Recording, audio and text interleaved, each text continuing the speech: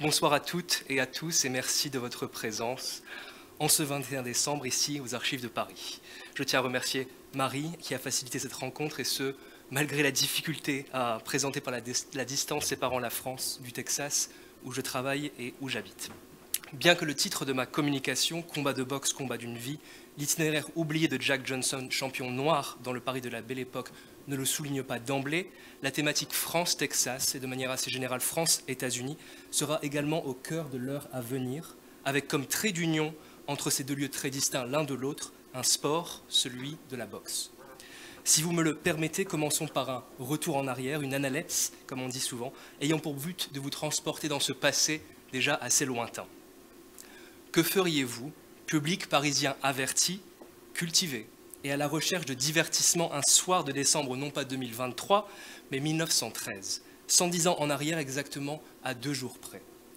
Si cette question peut sembler saugrenue ou déroutante, sa réponse, en revanche, est moins difficile qu'il n'y paraît.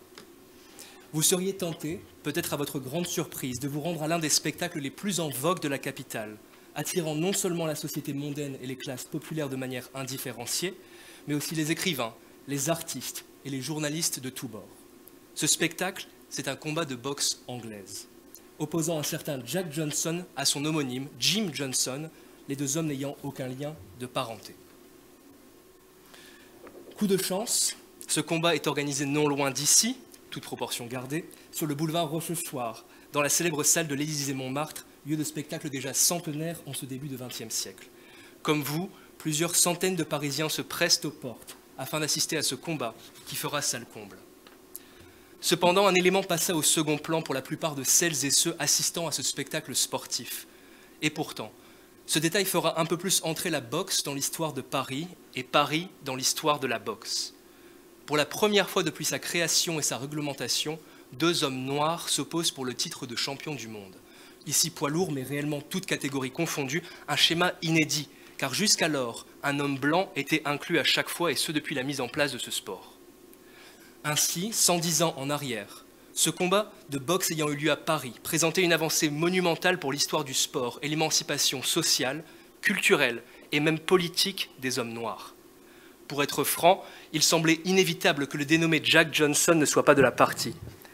Personnage à la fois respecté et honni, extraverti et introspectif, tour à tour affranchi et captif, Jack Johnson, le boxeur tout comme l'homme, est simplement indéfinissable. Il passa sa vie à combattre les stéréotypes et à défendre la cause des hommes noirs, enfin, sa cause personnelle en premier lieu, ce qui aida néanmoins à faire avancer les droits des Afro-Américains dont la liberté n'était encore que très relative avant 1965 et la fin des lois de Jim Crow imposant la ségrégation raciale aux États-Unis. Mais revenons à Paris. Malgré l'amplitude et le caractère symbolique du combat organisé en décembre 1913 à l'Élysée-Montmartre, il convient de souligner que la victoire acquise par Jack Johnson au point, avec un G mais surtout avec un T, alors qu'il défend son titre de champion du monde, est houleuse. Les deux combattants ne se livrent que très peu, offrant un spectacle pour le moins médiocre aux spectateurs, ayant dépensé parfois une somme coquette pour être aux premières loges, comme vous pouvez le voir ici sur le poster.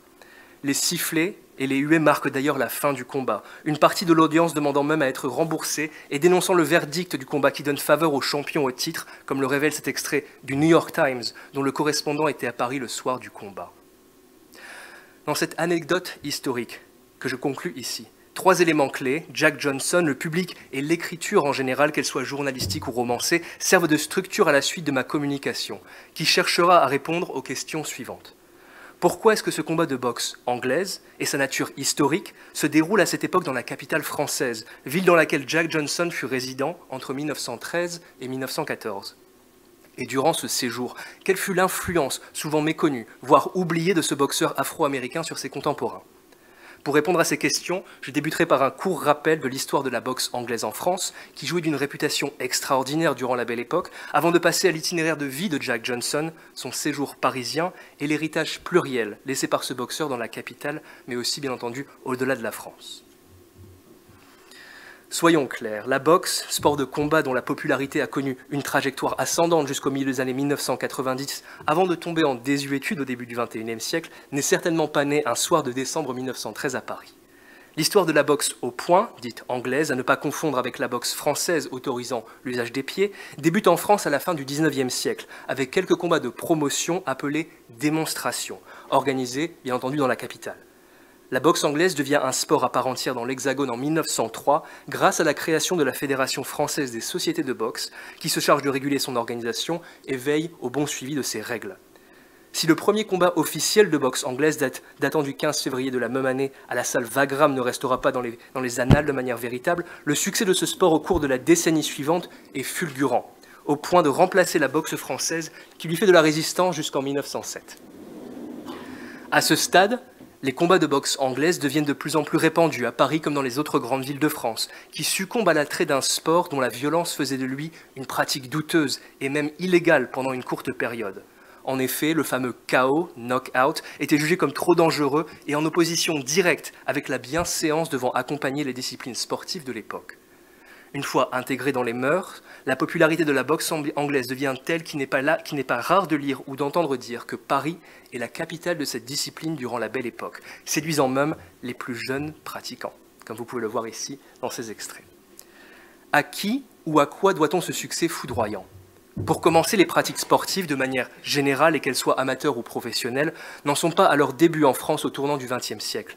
Néanmoins, le contexte historique, culturel et social de l'époque participe grandement à son essor.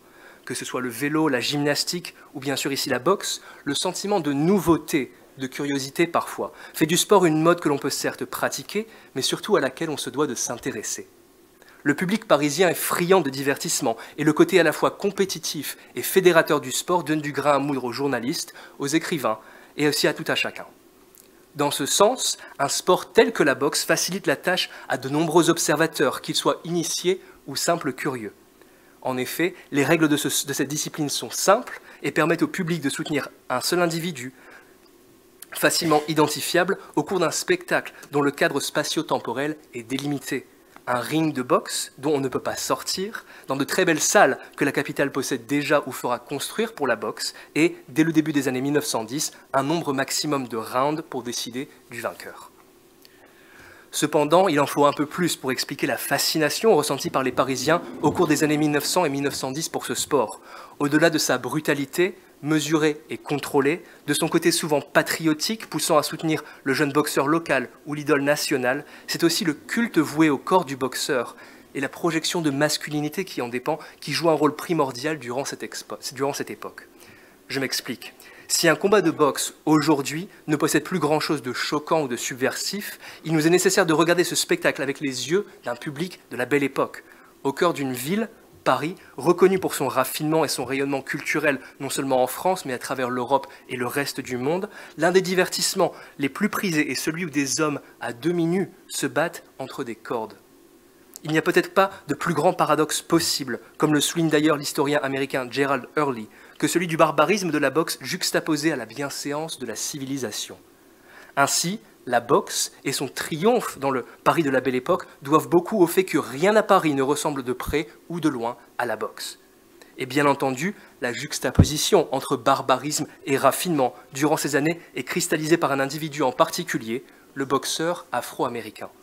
Ils sont d'ailleurs plus d'un à rallier la capitale avant 1910 et font l'objet de nombreux commentaires dès leurs arrivées, mais aussi plus récemment dans des travaux de recherche comme celui de Timothée Jobert, ici à droite, et son excellent ouvrage Champion noir, racisme blanc, la métropole et les sportifs noirs en contexte colonial. En effet, au-delà des boxeurs français tels que Georges Carpentier, Charles Ledoux ou Eugène Criqui, ce sont en particulier les noms de Sam McVea, Samuel Langford, Joe Janet et Jack Johnson, bien entendu, qui résonnent alors aux quatre coins de la capitale. Ces boxeurs afro-américains se forgeant une réputation à part entière dans le Paris de la Belle Époque, ils sont surnommés quadrilles nègres par le journal La Boxe et les Boxeurs. Ce groupe de combattants domine véritablement les rings de la capitale de 1908 jusqu'à la fin de l'année 1904. Au-delà de leur citoyenneté américaine et de leur couleur de peau, leur profil et leur parcours possèdent de nombreuses similitudes qu'il convient de rappeler ici. Pour commencer, McVea, Langford, Janet et Johnson combattent tous dans la catégorie reine, celle des poids lourds, reconnue comme étant la plus spectaculaire et donc celle générant le plus de profit. Les membres du quadrineg sont également tous nés à la fin du XIXe siècle, issus d'un milieu touché par une grande précarité et confrontés au rappel constant de la supériorité de la race blanche sur la race noire, structurant alors la société américaine. Après une enfance désargentée, ils se tournent rapidement vers la boxe, dont la pratique permet à ces hommes de rencontrer un succès financier plutôt relatif, la majeure partie des bourses engagées dans les combats allant directement dans la poche des organisateurs, des entraîneurs, des investisseurs, dirigeant alors de véritables écuries de boxe. Enfin, encadrés par leurs managers et leurs promoteurs, ces autodidactes du ring sont envoyés à Paris pour des raisons aussi bien sociales qu'économiques. Encore considérés parmi les meilleurs boxeurs de l'histoire à ce jour, la garantie d'une vie meilleure était bien réelle pour ces nouveaux professionnels du ring. En effet, comme le rappelle Timothée Jobert, les combats de boxe entre hommes blancs et hommes noirs sont, au début des années 1900, strictement proscrits outre-Atlantique, qui maintient une barrière de couleur infranchissable, ce qui n'est guère le cas en France. En ce sens, pour ces boxeurs ayant déjà fait preuve de leur qualité pugilistique en Amérique, la Ville Lumière représente un horizon rêvé. En l'espace de quelques années, l'influence de ces boxeurs noirs se fait largement ressentir d'un point de vue sportif, mais aussi donc socioculturel. Pour commencer, ils contribuent très largement à légitimer et rendre populaire ce sport en France, et tout particulièrement dans la capitale, proposant des combats pour le moins spectaculaires. Un exemple parlant date du 17 avril 1909, lorsque Magvéa et Jeannette se rencontrent au Cirque de Paris pour l'un des combats les plus longs et spectaculaires de la boxe et dans son histoire. Après 2 heures 24 minutes, 49 rounds, la victoire est attribuée à Jeannette qui remporte une bourse de 30 000 francs, équivalent environ à 150 000 $ aujourd'hui. Comme vous pouvez le constater, la nature sanglante du combat, prédit par l'illustration du programme et immortalisé par un photographe du New York Times, donna à réfléchir aux organisateurs. Ces derniers stopperont les combats dits au finish, c'est-à-dire une fois qu'un combattant ne peut plus se relever, afin de ne pas heurter la sensibilité du public, plus particulièrement celle des femmes, selon eux, autorisées à assister à ces combats, à l'inverse de nombreux autres pays, dont le Royaume-Uni. Enfin, ces boxeurs servent par moments de mentor et aussi de coach aux meilleurs aspirants du ring français. Citons bien entendu le jeune Georges Carpentier qui, encore adolescent en 1908 et avant de conquérir plusieurs ceintures de champion, déclare avoir trouvé en Jeannette son tout premier modèle, celui d'une boxe scientifique, dont le but est de contrer l'adversaire et de protéger son corps des coups assénés par ce dernier, très éloigné des stéréotypes qui voulaient déjà, à l'époque, faire de la boxe un affrontement sans calcul. Le boxeur afro-américain sert donc de standard, représentant à la fois un sportif accompli, un modèle de masculinité, de puissance et de courage dans la France de la Belle Époque. Ici réside, sans aucun doute, la plus grande ambiguïté franco-française mise en lumière par ce sport réconciliant civilisation et violence. Car en ce début de XXe siècle, la Troisième République qui gouverne la France depuis 1870 a fait de l'expansion coloniale l'une de ses missions les plus importantes. Durant les décennies suivantes, la France, au coup d'efforts considérables, impose son autorité en Afrique du Nord et de l'Ouest, ainsi qu'au Proche-Orient et en Asie du Sud-Est, assemblant ce que l'on nommera plus tard le second espace colonial français. Si le premier espace colonial, en particulier l'Amérique du Nord, répondait avant tout au désir d'aventure et d'exploration des anciennes monarchies françaises, la seconde vague coloniale mise en place par la Troisième République est avant tout justifiée par une idéologie, partagée par de nombreux pays occidentaux, celle de la mission civilisatrice. Impossible, en effet, pour les Français, les Belges, les Britanniques, de laisser libre arbitre aux populations indigènes des colonies, qualifiées par les pionniers de l'anthropologie et de la sociologie de minus habens, des êtres sous-développés. Très en vogue, ces théories étaient parfois influencées par de nouvelles pseudosciences telles que la phrénologie, s'acharnant à démontrer que la taille et la forme de la boîte crânienne des peuples de couleur les rend simplement inférieurs aux Occidentaux, les empêchant de tirer profit des nombreuses ressources présentes sur leur territoire. Enfin, l'argument religieux reste évidemment central et la conversion au christianisme de ces populations souvent polythéistes est une mission à laquelle la fille aînée de l'Église ne peut se soustraire. Ainsi donc, au tournant du XXe siècle, l'empire colonial français est à son apogée, aussi bien géographique qu'économique, et les habitants de l'Hexagone ne questionnent que rarement la politique d'expansion mise en place par la Troisième République. L'exemple le plus parlant, comme le rappelle l'historien Nicolas Bancel, sont les jardins d'acclimatation, de véritables zoos humains où sont exposés des femmes, des hommes et des enfants issus des colonies dans des conditions proches de l'esclavagisme, et ce jusqu'en 1931.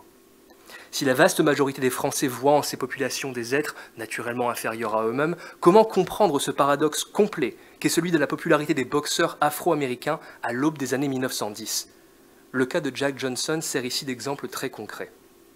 En effet, s'il est impossible pour les observateurs parisiens d'ignorer la couleur de peau de Johnson et son prétendu handicap, cette dernière semble passer au second plan par la presse, par les promoteurs et les observateurs culturels, qui célèbrent en premier lieu ce qu'ils perçoivent comme la quintessence identitaire du boxeur, son américanisme. En effet, la nationalité de Johnson forge son comportement, un comportement qui fascine autant qu'il déroute. L'arrogance, l'individualisme du boxeur fait office de distraction pour l'ensemble du public parisien, car il s'oppose tout bonnement à l'habituelle réserve française, sa modestie, sa convenance presque exagérée. La puérilité du boxeur, alors mise en avant dans le titre, comme vous pouvez le voir ici, fait place à un discours bien plus élogieux au fil des pages, soulignant la difficile prise de position des médias à son égard. De plus, il est possible d'envisager que grâce à son attitude, Johnson démontre à son audience que pour obtenir ce que l'on souhaite dans la vie, il faut savoir se battre et contester l'ordre établi, un principe cher aux Français de tout âge. Johnson rassemble donc toutes les qualités nécessaires nous permettant de le qualifier d'homme moderne, concept sur lequel je reviendrai plus tard, et ces qualités servent à la fois ses propres intérêts et participent indirectement à la lente transformation de l'attitude des Blancs envers les Noirs en France durant la Belle Époque. Enfin, dernière donnée majeure, à l'exception de Jack Johnson, aucun boxeur de couleur ne s'attribuera le titre suprême de champion du monde avant l'épopée de Joe Louis dans les années 1930, ce qui explique pourquoi Johnson reste encore, aujourd'hui, une figure sportive et culturelle à part entière de la première moitié du XXe siècle. Comment Jack est-il parvenu au titre de champion, qu'il a conservé pendant plus de 7 ans, et pourquoi l'a-t-il défendu par 2 fois à Paris entre 1913 et 1914 ? C'est ce que je vous propose de vous expliquer à présent, en revenant sur le parcours de vie sinueux de ce champion.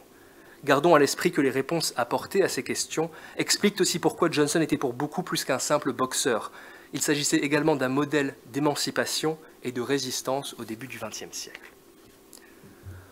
Originaire de Galveston, ville portuaire du Texas, située à l'est de Houston, John Arthur Johnson voit le jour en 1878. Il est le benjamin d'une famille composée de 6 enfants. Travaillant au dock de la ville dès son plus jeune âge, il se fait rapidement remarquer pour son physique hors du commun, qui lui permet de participer à de nombreux combats illégaux contre des marins de passage dans le golfe du Mexique, afin d'empocher quelques pennies ou dollars supplémentaires pour sa famille. En 1897, âgé de 19 ans et le crâne déjà rasé, Johnson se décide à une carrière de boxeur professionnel et se bâtit une réputation de solide combattant dans le sud des États-Unis. Cependant, celui que l'on surnomme alors le géant de Galveston apprend le métier dans des conditions difficiles, pour ne pas dire déplorables, se faisant léser après chaque combat, comme celui l'emmenant à Chicago à ses propres frais en 1899 pour affronter un dénommé Klondike Haynes pour une bourse finale ne dépassant pas les $3. Vif, puissant, déterminé, Johnson ne maîtrise pas encore ses adversaires, mais une rencontre décisive avec un vétéran du ring change la donne en 1901.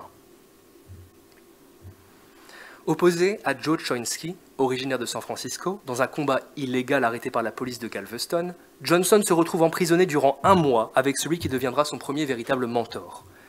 Derrière les barreaux, Choinsky enseigne l'art et la science du ring à son poulain, qui en sortira transformé et prêt à défier n'importe quel boxeur. Ambitieux et téméraire, une idée se fixe dans l'esprit de Jack. Être le premier noir à devenir champion du monde de boxe. Un objectif alors inconcevable pour les Afro-Américains, forcés de se contenter d'un championnat ségrégué, couronnant un champion du monde de boxe noir, chaque champion du monde blanc refusant obstinément de s'opposer à ces hommes de couleur. Alors considéré comme le plus grand boxeur en activité, l'Américain James Jeffries déclare même sur son honneur ne jamais vouloir se salir en combattant un noir de son vivant. Lorsque ce dernier, invaincu, prend sa retraite en 1905, Johnson en est à 15 victoires consécutives en l'espace de 2 ans et se voit privé de ce qu'il considère comme son unique chance d'obtenir une ceinture de champion. Déjà âgé de 27 ans, le boxeur de Galveston hésite, mais n'abdique pas.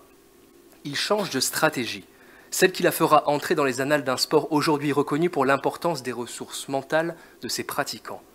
Jack va allier le geste à la parole, et grâce à la presse, son réseau de promoteurs, son éloquence et son charisme, il va faire pression sur les nouveaux champions blancs pour les forcer à l'affronter. Johnson devient presque irrévérencieux, critique ouvertement l'attitude des boxeurs blancs, ces hommes qui se disent champions mais se défilent à chacune de ses propositions de combat. Car ils le savent, Johnson, alors au sommet de son art, est un homme dangereux, et perdre face à ce dernier remettrait en question les fondations de l'ordre social américain, et bien plus. Malgré des sorties publiques remarquées, Johnson doit patienter pour parvenir à son but. En effet, suivant la demande de Jeffries, qui ordonne aux champions blancs de tenir la promesse de ne jamais affronter d'hommes noirs pour le titre suprême, 3 années s'écoulent, donnant l'opportunité aux Texans de prouver sa valeur à la fois dans et hors du ring. Jusqu'en 1908, il aligne 16 victoires consécutives face aux meilleurs, conservant sa ceinture de champion du monde noir acquise en 1903. Il bat Jeannette et Langford avant leur départ vers Paris, et surtout Bob Fitzsimmons, ex-champion du monde de la catégorie reine, qu'il met au tapis en moins de 2 rounds. C'est la première fois qu'un noir bat un boxeur ayant détenu la véritable ceinture mondiale des poids lourds. Mais le tenant du titre, le Canadien Tommy Burns, se défile toujours.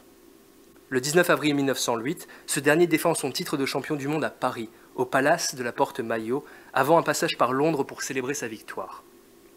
Jack Johnson et son manager Fitzpatrick parviennent à coincer le champion, alors on visite au très select National Sporting Club de la capitale britannique. Tony Burns cède. Il ne peut résister aux 35 000 $ que lui offre Fitzpatrick, une fortune à l'époque supérieure à ce que lui ont rapporté ses 4 premières défenses de titre. La promesse donnée à Jeffries ne vaut sûrement pas plus que la perspective d'une telle richesse. Les dés en sont jetés, et le premier combat opposant un homme blanc à un homme noir pour la ceinture mondiale aura lieu le 26 décembre 1908 à Sydney, en Australie, où les athlètes de couleur sont les bienvenus pour un tel combat, à l'inverse des États-Unis. Âgé de 30 ans, Johnson tient enfin sa chance. Les journaux américains, eux, n'accordent pas beaucoup d'importance à promouvoir l'événement, convaincus que Burns saura se défaire de Johnson, car après tout, suivant la logique de supériorité blanche, il ne saurait en être autrement. Présent dans l'arène auprès de plus de 36 000 supporters locaux, l'écrivain américain Jack London assiste à la démonstration de puissance offerte par le natif de Galveston, qui joue avec son adversaire dans le ring, l'invective et l'humilie publiquement devant le reste du monde. Il n'y a simplement jamais eu de championnat du monde aussi inégal. Les journaux français ne manquent pas de relayer cet événement sans précédent, comme vous pouvez le voir ici, même si le nom de Johnson n'est pas encore mis en avant, comparé à celui de ses adversaires. S'étant attribué la ceinture tant désirée de champion, le boxeur noir est reçu en héros à son retour au pays, comme ici à New York ou Chicago, où sa mère Tinny habite désormais. Officieusement de son côté, le gouvernement américain commence à faire de Jack l'ennemi public numéro 1. Ce dernier transgresse les règles sociétales et la condition sociale normalement attribuée aux Afro-Américains, mais à l'inverse d'autres hommes de couleur, sa notoriété le rend quasi intouchable. Il faudra donc que sa réputation soit défaite, si possible, dans le ring. Suivant l'expression de Jack London, une croisade visant à trouver le grand espoir blanc, The Great White Hope, est lancée par l'Amérique, mais aussi l'Angleterre, et dans une certaine mesure la France. Peine perdue, car Johnson est bel et bien le plus grand boxeur de son temps. Il prend le meilleur sur Stanley Ketchel en 1909 pour conserver son titre, et surtout force James Jeffries à sortir de sa retraite, lui qui pensait avoir raccroché les gants pour toujours. Séduit par l'appât du gain, Jeffries se résout à signer le contrat monté par le riche promoteur Tex Rickard, qui lui garantit la somme faramineuse de 75 000 $, peu importe l'issue du match. Nous parlons ici d'un peu plus de 2,4 millions de $ aujourd'hui. Le monde retient donc son souffle lorsque les deux champions se retrouvent face à face dans la ville de Reno, située dans le Nevada, le 4 juillet 1910, jour de fête nationale. Une foule gigantesque, venant parfois de l'autre bout du monde, rallie la petite cité minière pour s'arracher des places chiffrées jusqu'à 125 $, plus ou moins 4 000 $ aujourd'hui. Et aux grandes dames de la société blanche bien pensante venues soutenir l'ancien champion jugé imbattable, le constat est sans appel. Jeffries, plus âgé, moins agile et technique que Johnson, ne fera illusion que durant 3 rounds. De son côté, Jack, qui a attendu plus de 7 ans pour combattre l'homme annoncé comme le maître incontesté du ring, fait durer le plaisir et torture son adversaire, n'hésitant pas à s'adresser à la foule et lui annoncer la fin de la suprématie blanche. Sans appel, la victoire de Johnson est accueillie par les huées de la foule, dont les armes à feu ont été confisquées par la police du Nevada à l'entrée de l'arène. Si les Afro-Américains croient en une nouvelle ère et célèbrent leur victoire, à travers les États-Unis, le pire est à venir. 2 jours plus tard, le New York Times dénombre une vingtaine de victimes à travers tout le pays, résultant d'émeutes raciales et de lynchages ayant suivi la victoire de Johnson. L'historien américain Randy Roberts rapportera, en souvenir de ce combat, que rien jusqu'à l'assassinat de Martin Luther King en 1968 ne déclenchera une haine similaire à celle provoquée par la victoire de Jack à Reno. Dans la semaine qui suit, le Congrès des États-Unis interdit que soit retransmis le film du match et cherche activement à se débarrasser de Johnson. La popularité de ce dernier ne cesse d'augmenter, et alors que tout semble sourire au champion, il épouse Etta Duria, une jeune femme blanche issue de la bonne société new-yorkaise. Car la vie de Johnson est aussi celle de ses nombreuses relations, conjugales et extra-conjugales, qui ne feront qu'accroître son image scandaleuse. Le boxeur se mariera 3 fois, toujours avec des femmes blanches. Leur dédain vis-à-vis de l'ordre établi, leur désir de ne pas cacher leurs relations, une attitude bien en avance sur leur temps, feront des couples Johnson les premières célébrités de race mixte aux États-Unis.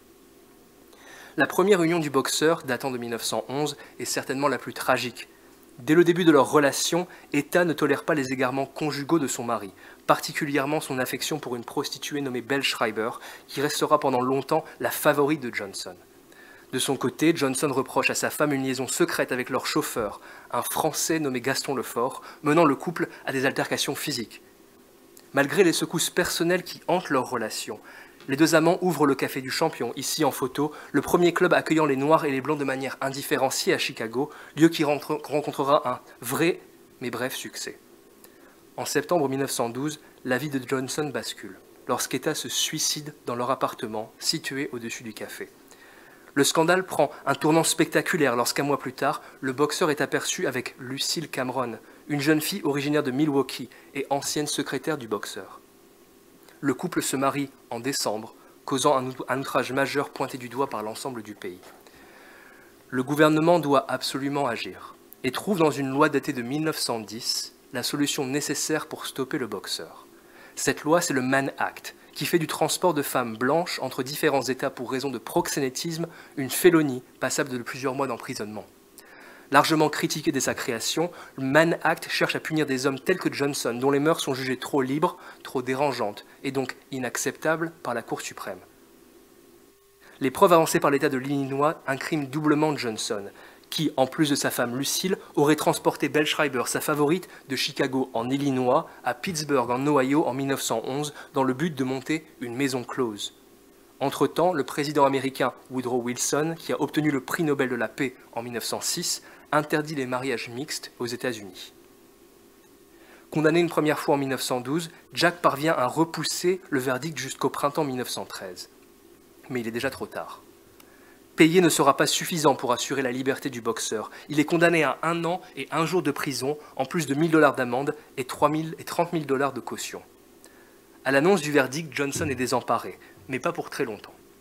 Le champion, qui a demandé à régler quelques affaires avant de commencer son emprisonnement, échappe aux informateurs de la police le 24 juin 1913. Je vous laisse deviner sa destination. Paris, bien entendu, où ses adversaires et amis du ring, Jeannette, McVea et Langford résident à présent. Mais pour parvenir en France, faut-il encore avoir un peu d'imagination? Car les autorités américaines ne laisseront pas un repris de justice tel que Johnson prendre le large sans s'interposer. Le boxeur tente alors un pari osé, qui s'avéra être un véritable coup de génie. Accompagné de son neveu et homme à tout faire Gus Rhodes, Johnson traverse la frontière vers le Canada et la ville de Toronto, déguisé en joueur de baseball grâce à l'aide de son ami Rob Foster, joueur pour l'équipe des Giants, alors en déplacement pour un match dans la ville de l'Ontario. Plus à l'est, sa femme Lucille Cameron l'attend déjà à Montréal, munie de 3 tickets pour le Havre, à bord du paquebot le Corinthian. Le 1er juillet 1913, alors que la traversée de l'Atlantique débute pour Johnson, il est officiellement déclaré fugitif par le bureau d'investigation américain. Ainsi, l'aventure parisienne de Johnson commence, ou plutôt recommence, lui qui était déjà passé faire une courte visite de la ville lumière 2 ans auparavant. À l'inverse de son premier séjour, cependant, lorsque la foule parisienne se pressa pour recevoir le champion du monde venu à bout de Jeffries quelques mois plus tôt, l'arrivée de Johnson à Paris le 10 juillet 1913 débute sous des auspices bien différents. L'historien Geoffrey Ward souligne que les 3 mousquetaires, Johnson, Lucille et Gus, comme ils se surnommeront, se voient refuser l'entrée du Ritz, de l'Élysée-Valace, de l'Excelsior et d'autres grands hôtels parisiens, car les directeurs de ces établissements ont été alertés du statut de criminel de Johnson. Après un bref arrêt dans un hôtel de la gare Saint-Lazare, les 3 exilés s'installent en bordure de Paris, dans une résidence cossue de Neuilly-sur-Seine. Et comme toujours, comme en témoignent ses malles de voyage au nombre de 14 ou 15 selon les sources, ses nombreuses voitures de sport, ses goûts prononcés pour les meilleurs restaurants de la capitale, Johnson continue de mener un train de vie luxueux qui émerveille autant qu'il dérange le public.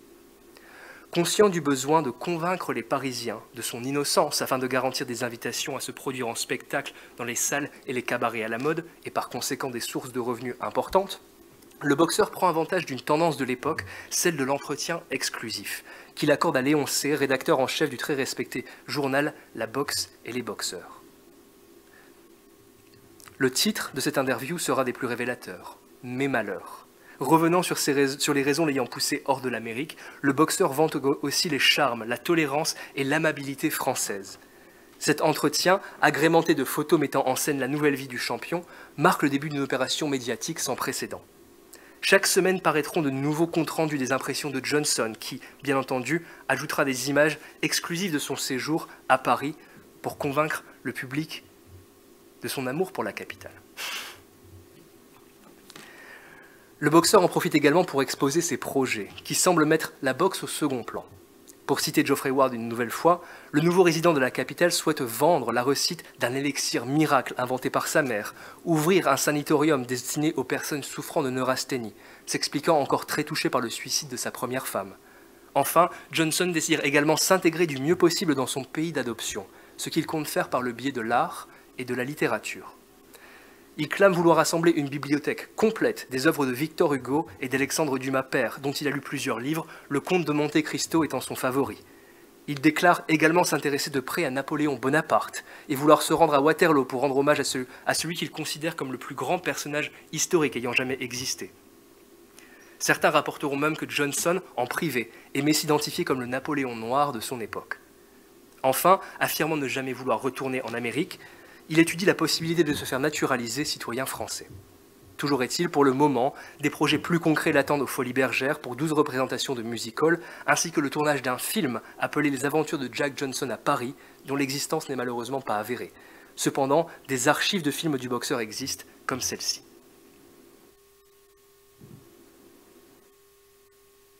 Si ça fonctionne, mais je ne sais pas, si. Et il n'y a pas de son, ne vous inquiétez pas, c'est juste pour vous mettre un peu une idée ici.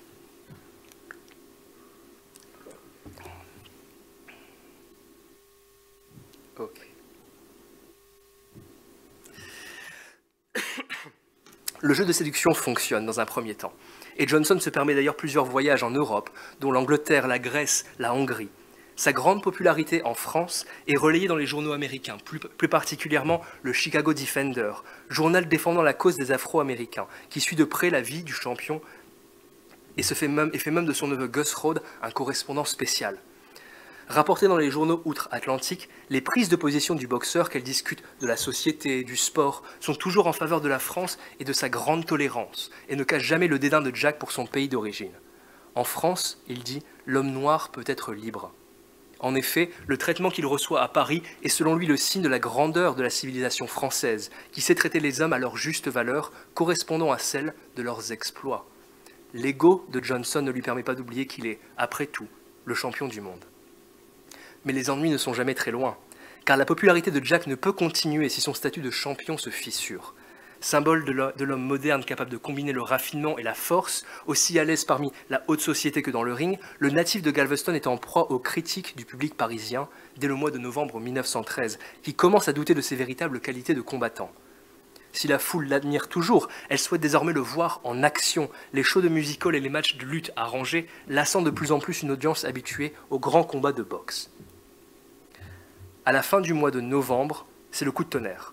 La Fédération française de boxe déclare le titre de champion du monde poids lourd vacant, Johnson ayant refusé à plusieurs reprises de remettre en jeu sa ceinture contre Janet et Langford, sous prétexte qu'il les avait déjà battus à maintes reprises dans le passé. Le contre-la-montre commence, car de leur côté, Janet et Langford, également lassés par l'attitude du champion, ont déjà prévu de se rencontrer le 20 décembre 1913 au Wonderland de Paris. Encouragé par le promoteur et dirigeant Théodore Vienne, ce combat pourra, si Johnson ne défend pas son titre rapidement, décider d'un nouveau champion du monde. Les options ne sont guère nombreuses pour la star du ring et sont d'autant plus limitées parce que ce dernier n'a pas combattu sérieusement depuis plusieurs mois. Sa condition physique est au plus bas et pour la première fois, le risque de perdre sa ceinture dans le ring semble bel et bien réel. Mais Johnson, âgé de 35 ans, doit aussi prendre en compte un élément pour le moins vital, l'argent. Car lui, sa femme et son neveu vivent à crédit et dépensent bien plus que ne rapportent les quelques numéros de danse ou de lutte pour lesquels le champion se met en scène. Une stratégie est alors mise en place. Le 19 décembre, veille du combat entre Janet et Langford, Jack Johnson s'opposera à Jim Johnson, un boxeur sans véritable réputation, que l'on appelle aussi journeyman, mais qui possède l'avantage d'être présent dans la capitale. Pour effacer les doutes liés à la facilité présumée de ce combat, Johnson déclare qu'il affrontera aussi un autre boxeur, l'espoir blanc américain Frank Moran, au début de l'année 1914, remettant sa ceinture de champion en jeu à seulement un mois d'intervalle.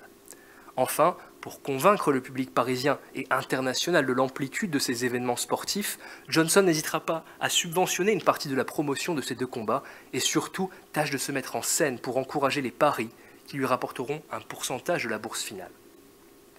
Comme révélé au début de ma présentation, le combat de Johnson contre Johnson ne tient absolument pas ses promesses en termes de spectacle de boxe, mais il permet au champion de conserver son bien et surtout d'empocher une bourse raisonnable. Surtout, il offre à Jack une chose encore plus précieuse, du temps. Probablement causé par une démonstration de catch la semaine précédant son combat contre Jim Johnson, le natif de Galveston aggrave une blessure au bras. Plus exactement, il se fissure le radius gauche. Impossible pour lui de s'opposer à Frank Moran avant juin 1914. Il s'agit ici d'une bénédiction car Moran, plus jeune de 10 ans, est un homme réputé pour sa force et son acharnement dans le ring, lui qu'on surnomme le dentiste de Pittsburgh. La réhabilitation de Johnson commence, et comme pour son combat précédent, la presse joue un rôle crucial pour persuader le grand public de l'envergure du match à venir. Comme vous allez pouvoir le voir ici, il est assez fascinant d'observer ces images de l'entraînement du champion lorsqu'on connaît la réalité qui se cache derrière elle. Ici, nous voyons Johnson qui se met en scène, en garde, Johnson qui fait de la lutte, Johnson qui fait du footing, Johnson qui se repose ou qui est à l'entraînement. Ces quelques témoignages rapportent qu'au cours du printemps, Johnson se met en réalité entièrement en scène et joue confortablement avec la presse lorsqu'il fait face à l'objectif de l'appareil photo ou répond à des entretiens. Il envoie souvent Gus Rhodes, son neveu, courir plusieurs kilomètres avant de le rejoindre sur son parcours traversant Asnières. Son neveu, encore une fois, étant alors couvert de sueur, quand le champion semble frais et en pleine forme au moment de passer devant le Café des Sports où la plupart des journalistes se rencontrent. Il en est de même pour ses sparring partenaires, ses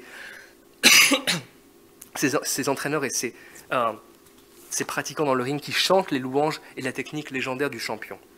Une fois encore, l'intelligence de Johnson est incontestable, démontrant toutes ses capacités de stratège lorsqu'il s'agit de se défaire des obstacles présents dans le ring ou en dehors, rendant la vie habituellement si dure aux hommes de couleur.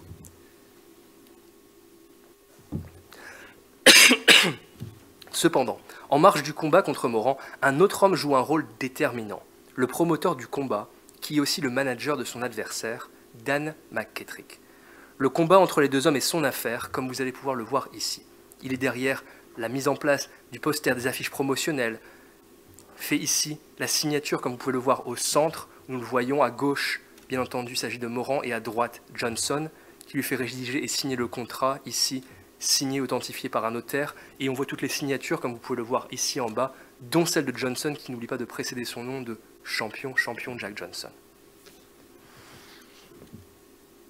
Croyant dur comme fer à la victoire de son poulain, McKettrick veut aussi lui faire signer un contrat de longue durée pour s'assurer d'une véritable fortune pour les années à venir. Mais son poulain, Moran, est un ancien marin de la Navy qui est têtu et refuse de signer. Sans en informer les deux combattants, McKettrick, sans scrupule, se venge en engageant un avocat français, Lucien Cerf, à qui il charge de collecter l'entièreté des revenus générés par le combat prenant place au Vélodrome d'hiver. Son prétexte, Moran ne lui a pas remboursé une avance de 1 400 $, lui permettant alors ce recours judiciaire des plus douteux. Le 27 juin 1914, le Vélodrome d'hiver accueille une foule de 30 000 spectateurs, composée de nombreuses personnalités, dont la célèbre Miss Tinguette, qui s'intéresse beaucoup plus à Johnson qu'à la boxe, et l'écrivaine Colette, qui se retrouve par exemple au premier rang. Un journaliste britannique, Fred Darnell, rapporte alors les mots suivants que je vous traduis. La boxe est aujourd'hui bien plus qu'un sport ou un divertissement. La boxe, c'est la mode. Assis à côté de moi est un prince d'Orient, portant des perles magnifiques. entouré de femmes aux cheveux couverts d'or et d'émeraude. Plus loin, ce sont de riches américaines blanches, toutes attendant avec angoisse la victoire de Morand. Pour assurer la place de la France dans ce combat de prestige, l'arbitre n'est autre que l'idole Georges Carpentier, qui n'a alors que 20 ans, que vous pouvez voir dans le coin gauche du ring. À l'issue des 20 rounds d'un combat plutôt équilibré et disputé qui tourne à l'avantage du champion, Johnson est déclaré vainqueur au point, encore une fois avec un G et un T. Accompagné du tout Paris, celui-ci s'empresse de rentrer dans sa villa pour célébrer sa victoire, où le champagne coulera à flot et surtout à crédit toute la nuit. Seul bémol, le lendemain est une affaire très différente, lorsque Johnson et Morand se rendent compte que la bourse du combat a disparu, emportée par l'avocat de McKettrick. L'histoire prend une tournure ubuesque lorsque ce même jour, l'archiduc François Ferdinand est assassiné à Sarajevo, provoquant une chute de domino qui déclenchera le début de la Première Guerre mondiale. Se devant de défendre sa patrie, l'avocat Lucien Cerf est réquisitionné pour le service militaire le 29 juin et ne peut entrer en contact avec McKettrick. Le promoteur américain se retrouve sans recours car la bourse, déposée en main sûre à la banque, n'est plus à son nom. Lorsqu'il apprend que Cerf a perdu la vie au début de l'été 1914 lors des premiers affrontements sur le front entre la France et l'Allemagne, la messe est dite. L'argent, précieusement conservé à la Banque de France, ne bougera plus. Ce combat, pour le titre de champion du monde, restera vraisemblablement le seul n'ayant absolument rien rapporté à ses participants. Alors que de sombres heures attendent la France au cours des 4 années à venir, Johnson renonce à rester dans sa patrie d'adoption, par peur d'être sollicité pour le front. Après une halte de quelques semaines en Russie qui ne portera pas ses fruits, Johnson repasse par Paris et suit la règle du 5-10, 5 secondes pour faire ses valises, 10 secondes pour quitter la ville. Direction Boulogne-sur-Mer. La suite n'est qu'une longue errance pour le champion, qui défait à peine ses valises en Angleterre avant de partir pour l'Argentine, le Mexique, puis Cuba, où il perdra son titre de champion en 1915 à l'âge de 37 ans face à l'Américain blanc Jesse Williard. Il retournera finalement aux États-Unis en 1920, touché par le décès de sa mère. Là-bas, la police l'attend à la frontière mexicaine entre Tijuana et San Diego, avant de passer 1 an dans le pénitencier de Leavenworth au Kansas. Il n'y sortira pas à temps pour voir Georges Carpentier, la nouvelle idole française, défier et perdre face au champion du monde Jack Dempsey en juillet 1921, dans le plus grand combat de boxe organisé jusqu'alors. Le départ précipité de Johnson, l'impact de son combat contre Morand, qui constitue sa dernière victoire en tant que champion, ont longtemps occulté une trace, sûrement la plus mémorable du séjour de cet homme dans le Paris de la Belle Époque. Cette trace, c'est sa première autobiographie, simplement intitulée « Mes combats ». Publié par Laffitte, qui avait aussi la charge du journal La Vie au grand air, le mémoire de Johnson voit le jour en 1914. À plus d'un titre, ce livre mérite toute notre attention, car il est écrit en français, et de fait, s'adresse directement au public pour lequel Johnson éprouvait le plus de respect et d'une certaine manière, le plus d'amour. Même si un interprète a évidemment aidé le champion, il ne s'agit pas ici d'une traduction, la première version anglaise étant le travail d'un de mes regrettés collègues aux États-Unis, Christopher Rivers, qui date de 2007. Johnson, dans ce livre, retrace les premières étapes de sa vie, jusqu'au combat contre Jeffries, et semble s'arrêter brusquement. Impossible de savoir si le travail derrière cette autobiographie est coupé court à cause de la guerre, ou si Johnson préfère passer sous silence l'épisode de son départ vers la France. Néanmoins, une chose reste certaine. Pour la première fois, un sportif de couleur noire s'adresse directement, sans intermédiaire, à nous lecteurs, pour y raconter son histoire, ses combats de boxe et ses combats de vie, alliant le geste à la parole pour souligner sa différence, sa liberté et son droit d'exister. L'acte de publier ce mémoire en français reste donc un acte fort, traduisant la multiplicité d'un homme n'ayant jamais cessé de se battre pour ce qu'il trouvait juste. L'émancipation totale faisait partie, bien entendu, de ses idéaux. Bien qu'opposé à ce dernier durant la majorité de sa vie, l'intellectuel et écrivain afro-américain W.E.B. Du Bois, symbole du mouvement de la Renaissance de Harlem, résuma parfaitement le parcours de vie sinueux de Johnson ainsi que son importance pour sa communauté. Et je vais traduire ici. La boxe est tombée en disgrâce, dans une grande disgrâce. La cause en est claire. Jack Johnson a fait tomber un homme blanc d'origine irlandaise. Et il ne l'a fait qu'avec peu de brutalité, le plus grand fair-play et même une certaine gentillesse. Il ne s'est pas acharné à le mettre KO. Apparemment, il n'a même pas essayé. Ni lui, ni sa race n'ont inventé la boxe, ni ne prétendent l'apprécier. Pourquoi alors cet élan de rejet national? Car Johnson est noir. Bien entendu, certains rétorqueront qu'il s'agit aussi du caractère de ce dernier.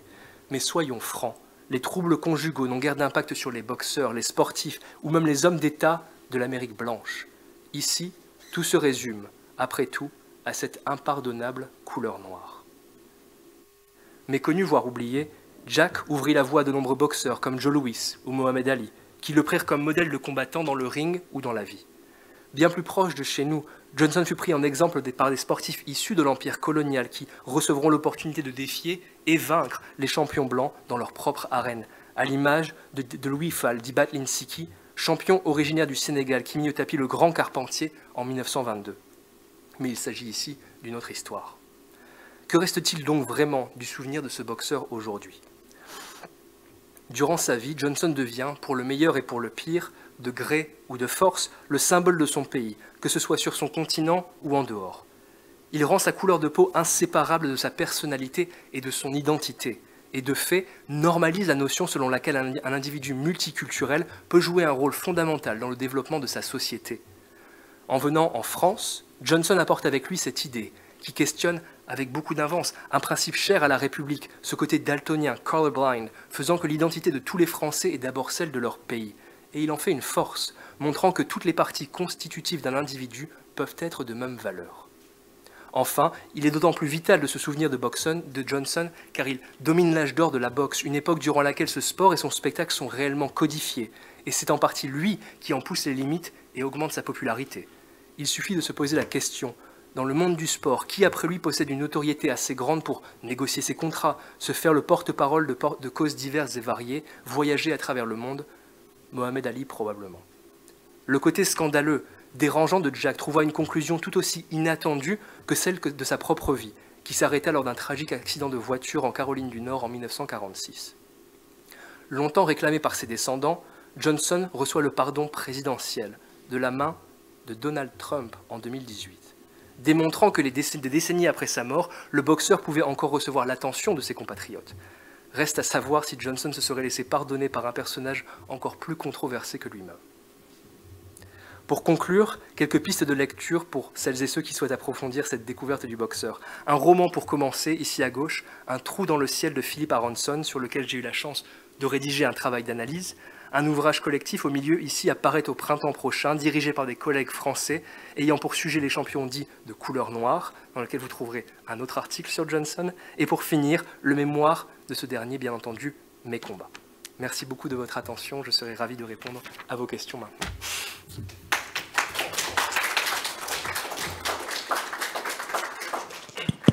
Merci beaucoup de nous avoir fait découvrir ce pan de l'histoire du sport que nous ne connaissions pas et de nous l'avoir raconté avec autant de suspense, parce que c'est vrai que la vie de Johnson est rocambolesque. Y a-t-il des questions dans la salle ?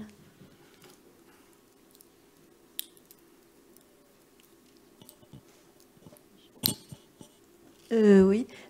Parce que je connaissais la vie de Johnson, enfin ses frasques amoureuses et tout ça, et ses problèmes avec la loi aussi. Et j'ai l'impression que tous les boxeurs américains noirs, poids lourds qui sont venus ensuite, ils sont passés par les mêmes phases. Et voilà, enfin de Mohamed Ali à Mike Tyson, ils se sont tous retrouvés en prison, enfin avec des tas d'ennuis, etc. Et j'ai l'impression que Johnson, il a établi une espèce d'archétype.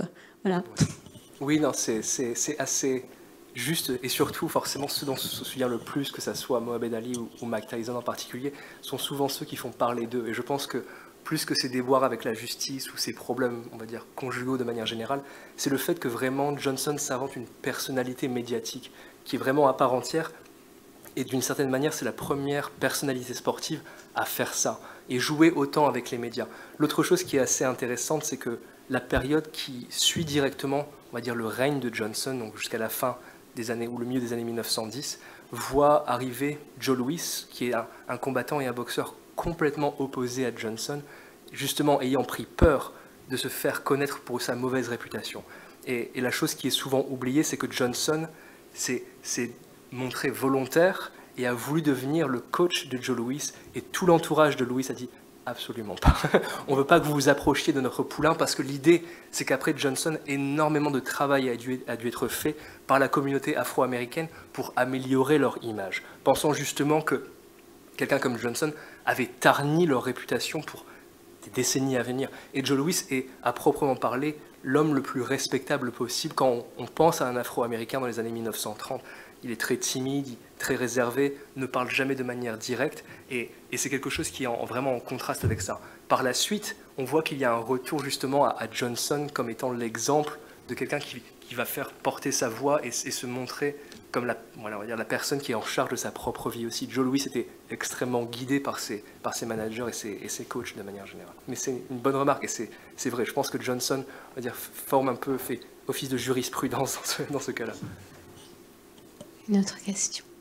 Alors moi j'ai une question. Alors, vous nous avez donné l'exemple de Trump. Je voulais savoir si c'était l'aboutissement d'un processus ou enfin comment était arrivée cette reconnaissance officielle. Oui, la mémoire de Johnson, en tout cas aux États-Unis, forcément en France, a beaucoup fluctué. C'est-à-dire qu'on a oublié le boxeur de manière assez singulière, encore de son vivant. Il décède en 1946 et dans les dernières années de sa vie, il arrête de battre de manière officielle en 1928, mais continuera à se donner en spectacle, à faire des représentations pratiquement jusqu'au milieu des années 40.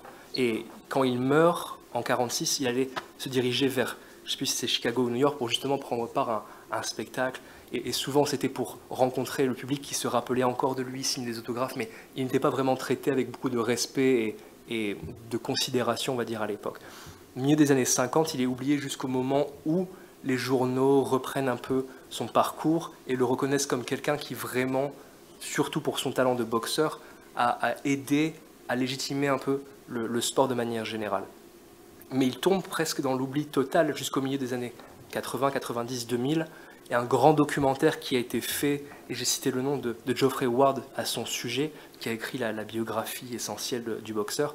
Et on commence, au début des années 2000, à demander le pardon. Et le pardon, pour Johnson, c'est évidemment celui de faire reconnaître qu'il n'était pas coupable de proxénétisme pour le Mann Act, parce qu'il n'a pas transporté de femmes blanches à travers les États dans le but de les faire se prostituer. Et de manière assez intéressante, c'est souvent oublié, beaucoup d'Américains ont espéré que Barack Obama, en tant que premier président noir, soit celui qui pardonne Johnson, et absolument pas. Ce n'est pas du tout Barack Obama qui a voulu faire ça, et de manière confidentielle ou privée. Apparemment, il y a eu beaucoup de conversations, et Obama a dit « Non, ce n'est pas un sujet sur lequel j'ai envie de m'exprimer ». Et de manière générale, Trump, qui, faut pas se mentir, ignorait complètement l'existence de Johnson, lui est rappelé par une des personnes qui est dans la photo ici, c'est Sylvester Stallone, qui rappelle la mémoire du boxeur à Trump, qui lui, évidemment, voulant faire un coup de presse assez important, s'empare du sujet et sans vraiment s'en être informé plus que ça, pardonne Johnson immédiatement. Donc, il n'a pas fait que des mauvaises choses dans la vie, mais c'est un exemple assez à part entière, très fantasque encore une fois du personnage qu'est Trump. Une autre question. Alors, si vous avez complètement répondu à la curiosité de notre public, un grand merci. Alors moi, je ne connaissais pas, je connais très mal l'histoire de la boxe, donc j'ai découvert beaucoup de choses. Je vous remercie. C'était une parfaite conférence pour finir notre long cycle sur l'histoire du sport. Merci beaucoup. Avec plaisir. Et vraiment, si certains d'entre vous sont curieux, le roman Un trou dans le ciel est assez spectaculaire. C'est un très bon roman qui se base vraiment sur une idée assez fictive de ce que pouvait être Johnson, mais ça se lit très bien et c'est très agréable comme découverte littéraire. Donc si certains d'entre vous... Le train, si vous partez en vacances. Pourquoi pas. Merci beaucoup. Un grand merci à vous d'être venus. On sait que c'est bientôt Noël, donc je vous remercie.